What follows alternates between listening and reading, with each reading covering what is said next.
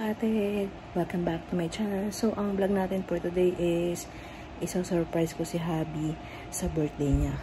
So, ang ginawa ko is umorder ako ng shoes sa Foot Locker online. Bukas ang dating pero hindi niya alam. Lahat ng resibo, lahat ng confirmation, tinatago ko dun sa email namin. Kaya hindi niya alam, hindi niya makikita yung mga ginawa kong surprise para sa birthday niya. Tapos bukas siya dadating ng alas 9 dito. So kailangan kong itago. Ang gagawin ko is, kunyari, dun sa kapatid ko, yung sapatos na yun. Para hindi niya mahalata. Pero bibigay ko pa sa kanya yun is sa birthday niya sa Saturday. So let's see kung ano magiging reaction ni Habi.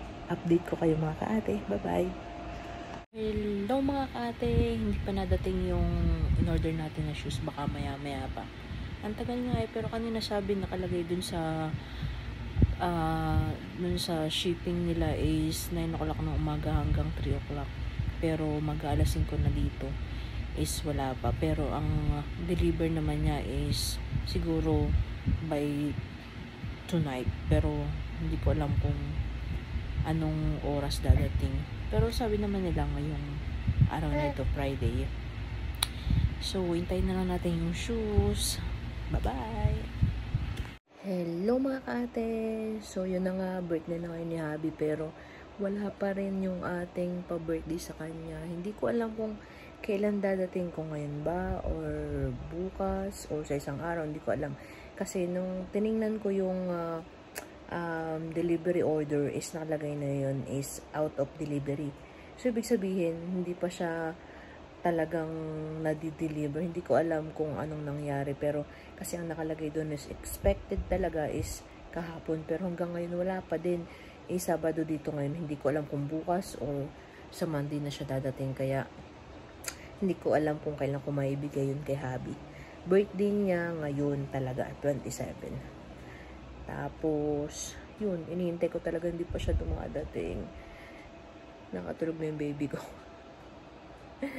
I-update ko ulit kayo mga ka-ate. Bye-bye. See ya. Hello mga ka-ate. So, dumating na yung order natin para kay Habi. Pero mamaya ko pa siya ibibigay pag uwi niya kasi nasa work pa siya. Later na lang. Pakita ko sa inyo mamaya. Bye-bye. Tingnan na pala mga ka-ate yung regalo ko kay Habi. Ito na yun. After 5 days, dumating din. Sana magustuhan niya.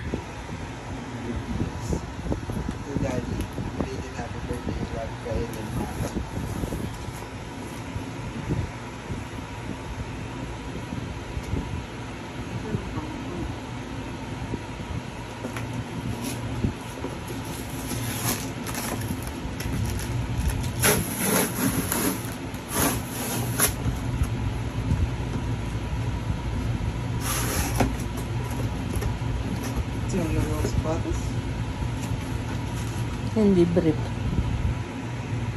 Ano ba?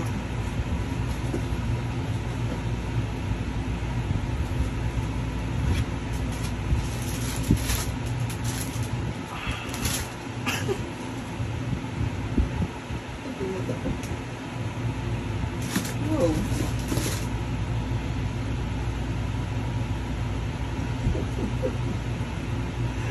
Thank you, love. Thank you, baby.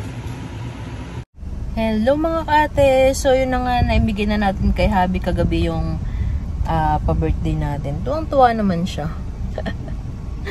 Natuwa naman siya doon sa gift namin ni baby. Sabi pa nga niya, hindi daw niya pinapansin yung email na nakikita niya nung nag-email na yung magdi-deliver kasi nahayaan lang daw niya.